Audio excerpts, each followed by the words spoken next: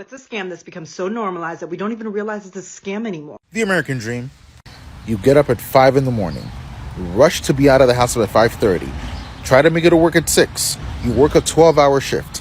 In those 12 hours, you take crap from your managers and coworkers. You eat at whatever time they say that you can eat for the amount of time that you can eat.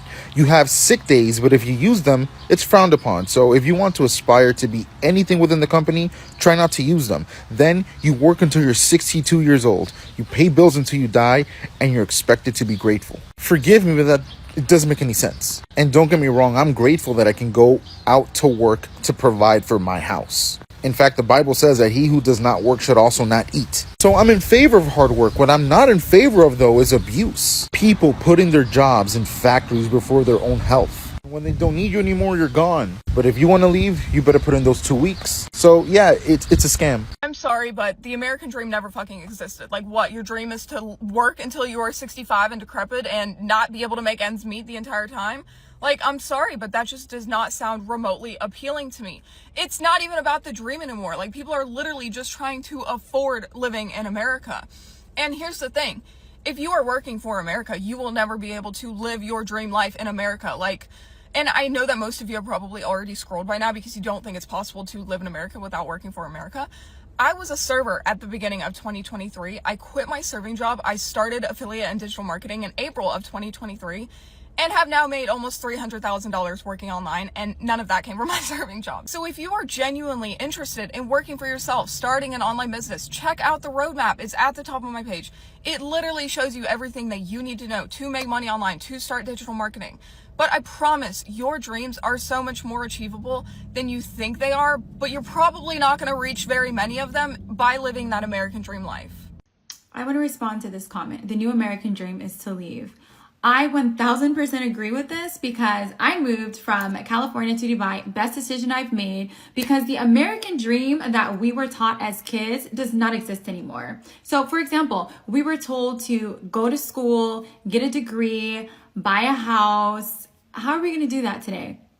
I'm from San Francisco and the average house in San Francisco right now is $1.2 million.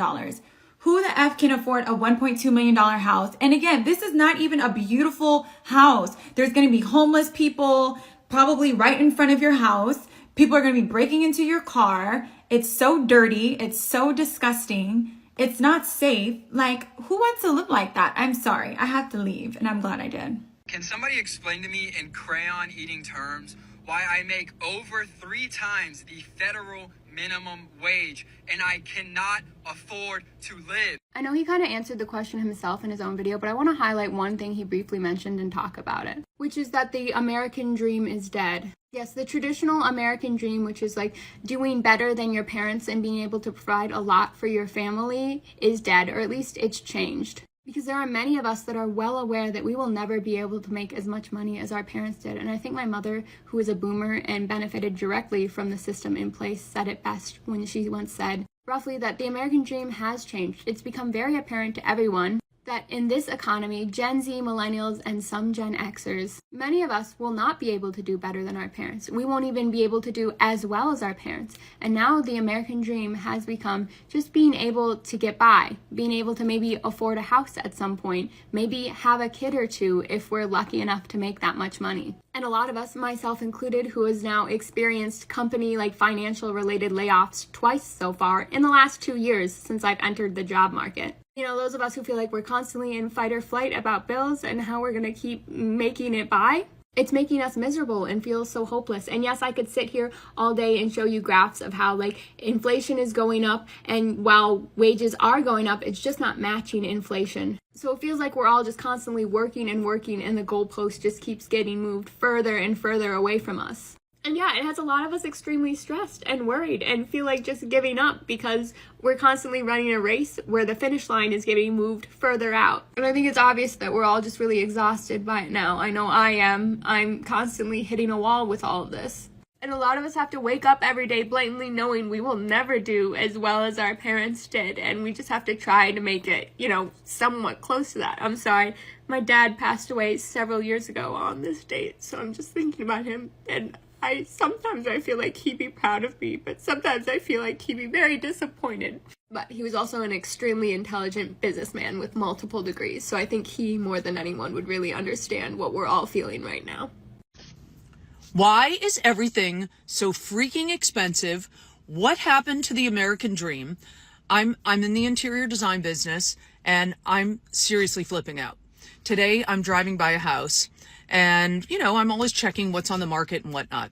And it is in Darien, Connecticut. So, Connecticut's fancy area, most aspiring place to live, etc. But I got to tell you something. It's out of control. This is a modern farmhouse, okay? Something I guess most people are still aspiring to, even though it's become a little cliche. The white house with the black windows that look like it's wearing too much eyeliner. And I decided, as I'm driving by this house most days, I decided today I'm going to look it up. I see that it's for sale, and I decide to look it up. It's on a busy road. It's a sprawling house, not massive. I would say 5,000 square feet.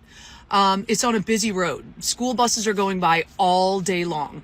Cars are going by all day long. There's no acreage. There's no vistas. There's no horses, chomping their hay in the background.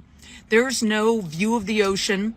There's no, silence, pastoral fields awaiting you.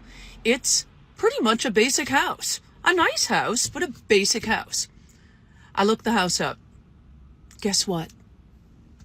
$6.7 million. It's not even an acre of land. $6.7 million. I'm dying. What the hell has happened to the world? Can someone please tell me why that in this country, in this day and age, in the United States, it's supposed to be the greatest country in the world, that people all over this country are having to make difficult decisions between doing something wonderful for their family and having to make ends meet and pay their bills, from living their best life to living paycheck to paycheck. Here's what I mean. One of my friends was telling me the other day that she really wants to send her son to this tech camp this summer, and it'll be really good for him because it's going to help him in school.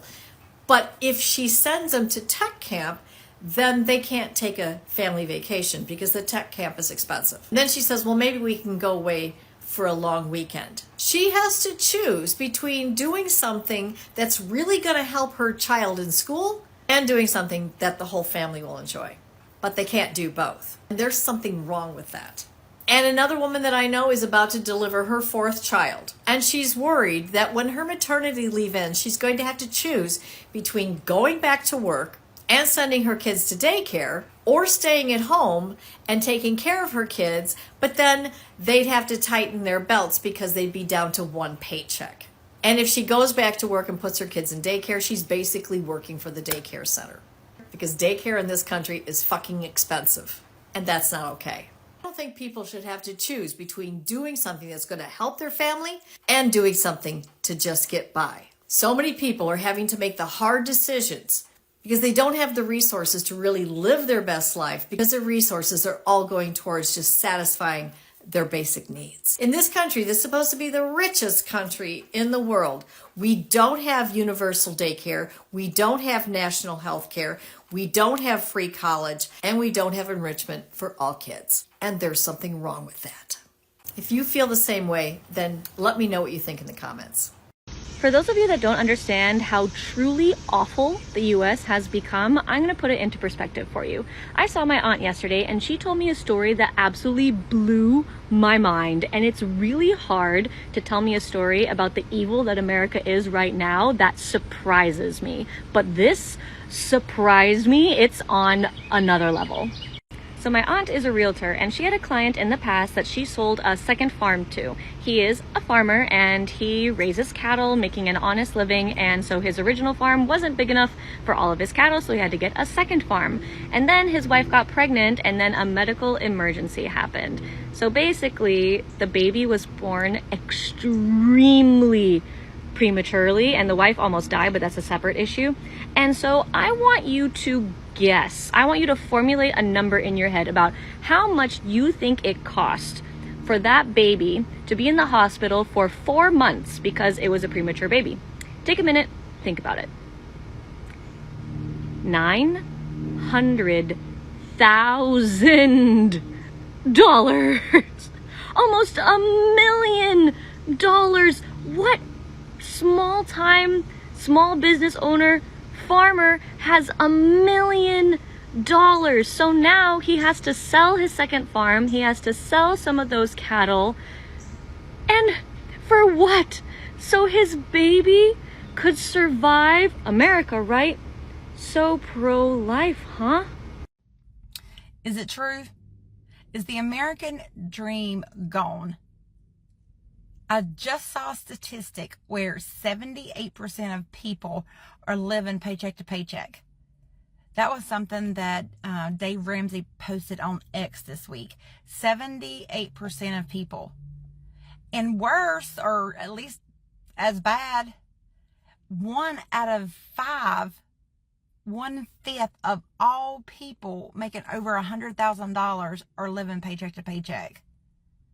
What is wrong with this situation here? Guys, hi, my name is Tammy. I'm a single mom of 2 kids, both of which unfortunately are grown and gone. And guys, I know the struggle. I get it. Like I'm definitely one of the 78%, you know. I've never hit the 6 figures yet, but I'm telling you, that's crazy. What is happening to our country with the economy, gas prices, grocery prices, everything's so expensive. Guys, you really have to have a second income. For those people who have not discovered the beauty of digital marketing yet, my friend, I'm here to tell you, you are missing out. Do yourself a favor. Look at some research. Look at the way it's been climbing over the last 4 years since COVID. Everything is going digital now. My friend, this is just the beginning. If you don't get in it now, you are missing a golden opportunity. The one thing that I really wanted was to be able to keep my home, because that was my kids' home. I didn't want them to leave that place. That was the only place they really had ever known. So I worked 2 and I worked 3 jobs. I stayed stressed and I stayed exhausted. And a lot of my memories, I mean, I do have good memories, but a lot of my memories of when I was raising my kids, I slept on the weekends. When I did have time off, all I did was sleep because I was so exhausted. I was so tired. And then, guys, I can't take that back. If you're tired of feeling the same way and you're ready to make a difference in your life, guys, I don't want to be that 78%. Next year, this time, I plan on thriving. I'm not going to just be surviving and getting by. And I would love for you to come along with me, my friend. In the comments, drop me if you're ready to change your life. Because you, my friend, you are priceless and you are made for a better life. You stuck and just don't know which way to go? Has life kind of got you tore down, guys? Are you thinking maybe it's because of your job and you just need a change? If you're willing to give me 2 hours a day, just 2 hours, stop that Netflix show and give me 2 hours, I can show you a dream job. Guys, my name's Rachel. I'm 47 years old and I am a factory worker at corporate America. But recently I discovered an online digital blueprint that is teaching me the skills to build my own online business and to master my own online business. I'm also learning how to use social media to attract my perfect customer. So guys, if you want to get rid of that 9 to 5 and stop trading time for money, if you guys are tired of trading time for dollars, comment ready and I can show you a new way. We moved to England because my baby and I missed a mass shooting by 5 minutes. It was almost exactly a year ago. I was taking him into Manhattan. We lived in Brooklyn at the time. And we got on the train and it stalled and the conductor came on and turned out some guy got on the train ahead and started raining bullets down and shot 30 people. Miraculously, nobody died. And if we'd been on time, I would have been on that train with my infant. And I know it's special. Americans deal with this all the time, every day, to like horrific ends. But I came home that day and I looked at my husband and I said, you have British citizenship and I think it's time to leave. Now, I learned when I was 12 that, you know, when Columbine happened, that someone might want to come into my school and shoot me. And I've known that every day since. But truly, my American dream is for my kid to not have to know that. I mean, we've left behind our families for this.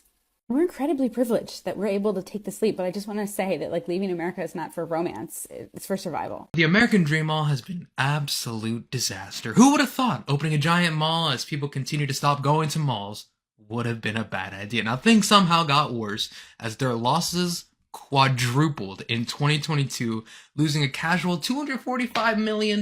At the same time, the mega mall's expenses nearly doubled to $428 million.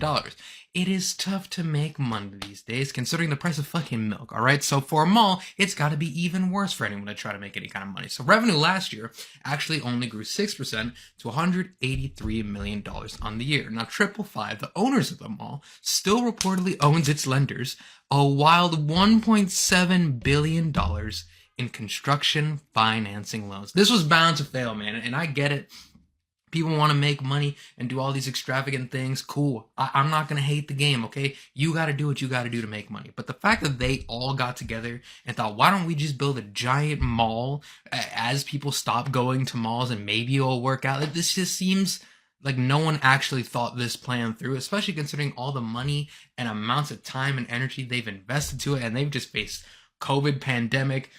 People, I think someone died at the American Dream Mall at one point. Like, things have gone just absolutely, what can go wrong will go wrong for the American Dream Mall. But once again, the fact that they're even in this position and the fact they put so much money into this idea is absurd. This is a very exciting story because when I learned that I would be moving to America, it is like a dream come true. Like everybody want to move to America. Everybody everywhere knows that America is the land of opportunities, is the land of milk and honey. And I was in that list to just come and taste the honey and the milk. So I was so excited when they told me like, hey, you've won your green card. And, you know, just to piggyback and tell you what a green card is.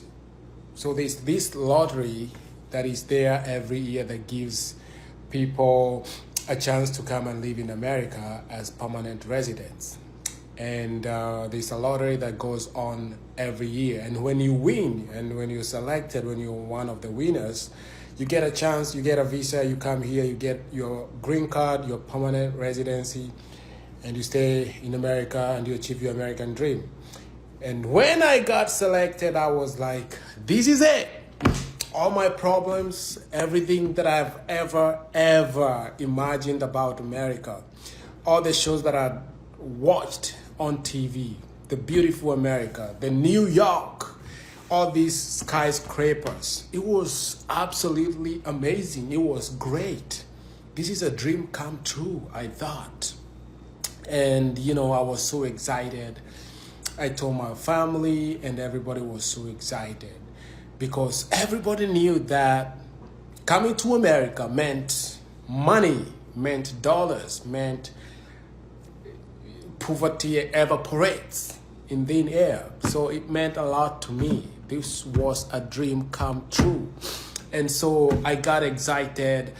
I prepared myself, you know, years of waiting for this chance paid off. I prepared myself. I bought my ticket.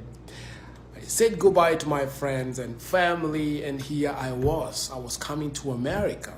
It was so exciting just leaving Kenya and coming over here. And when I was in the air, I couldn't just imagine how my life would be, how my life would change. In Kenya, I was a qualified occupational therapist. I had just graduated. I had a very good job as an occupational therapist. And what I did before coming to America, I Googled how much occupational therapists really make when they come over here in America. And I was astonished. And I'm like, man, this is it. I'm gonna be rich. And I told my mama, within 1 year, I'm gonna build you a mansion. I'm gonna build you a very, very big house. I'm gonna build you the best, beautiful house that you've ever seen because I'll be rich.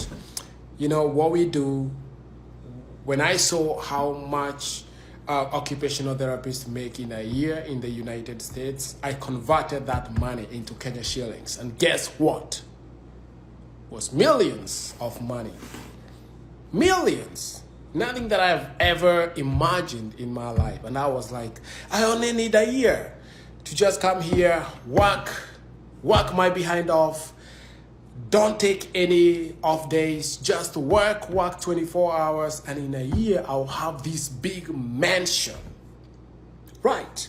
So when I was in that flight, when I was in that airplane, I couldn't just help reminiscing how my life would be, my future, my everything. I had made it. I had made it to America, the American dream. I would taste this honey, this milk. And so touchdown to Atlanta airport. And when I got out of that airport, you know, when I got out of my plane, checked out, picked my bags, the person who was coming to get me just picked me up. And when I breathed in the Atlanta air, it was like I was being born again. I was like, this is the new life. The air smelled so fresh. The air smelled like money. The air smelled like dollars. It's like dollars were just lingering all over the place. And I was like, this is it. This is Atlanta. I made it. This is the famous city. Yes, we went home and I couldn't even sleep. I couldn't sleep just by imagining how my life would be. So I came here when it was starting to get cold, so I was a little bit cold. I had time to adjust just with the food. The food tasted so nasty. You know, my glands were not used to the taste of the food, so I had to get accustomed to everything, get everything going, get my social security, get my green card, you know, and then start life, get my driving license. Everything was going on as planned. And by a whole month, by 1 month, I had every little document that I needed. I had a car, I had my, you know, driving license, I had my social security, I had my green card, and now the only thing that remained is to look for a job. And remember what I studied at home. I studied to be an occupational therapist. And so here I am going to online, searching for jobs as an OT, searching for jobs, applying, you know, writing down my CV, my resume, or whatever you call it. And one day I received this gracious call from an occupational therapy company. Hey, hello. And I'm like, who is that person calling me? And, you know, I still had that, you know, hello, we are calling you because you applied for a job with us, an occupational therapy job. And I'm like, what? That was quick. I finally got a job. So I was like, when do you guys want me to start? And the caller said, there's a problem. I was like, there's a problem? The American dream is dead. It is over. He's spot on. I mean, for a lot of us, the best chance we have at owning a house is waiting for a family member to pass away so that we can get some inheritance to be able to afford a down payment. This is the reality that no one talks about. And I think if you're waiting for someone's death so that you can live, then that's a nightmare, not a dream. So is it this unsafe in America that people have to put cameras all the way up there, that's a house, and they think that somebody's gonna climb up to their homes and steal something? Like, this is insane.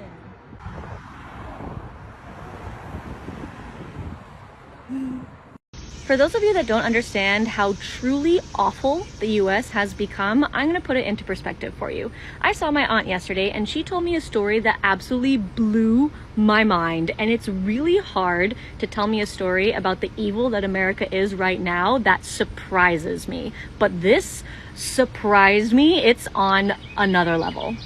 So my aunt is a realtor and she had a client in the past that she sold a second farm to. He is a farmer and he raises cattle, making an honest living, and so his original farm wasn't big enough for all of his cattle, so he had to get a second farm. And then his wife got pregnant and then a medical emergency happened. So basically the baby was born extremely prematurely and the wife almost died, but that's a separate issue. And so I want you to guess. I want you to formulate a number in your head about how much you think it cost for that baby to be in the hospital for 4 months because it was a premature baby. Take a minute, think about it. $900,000. Almost $1 million. What small business owner, farmer has $1 million? So now he has to sell his second farm, he has to sell some of those cattle, and for what? So his baby could survive. America, right? So pro-life, huh?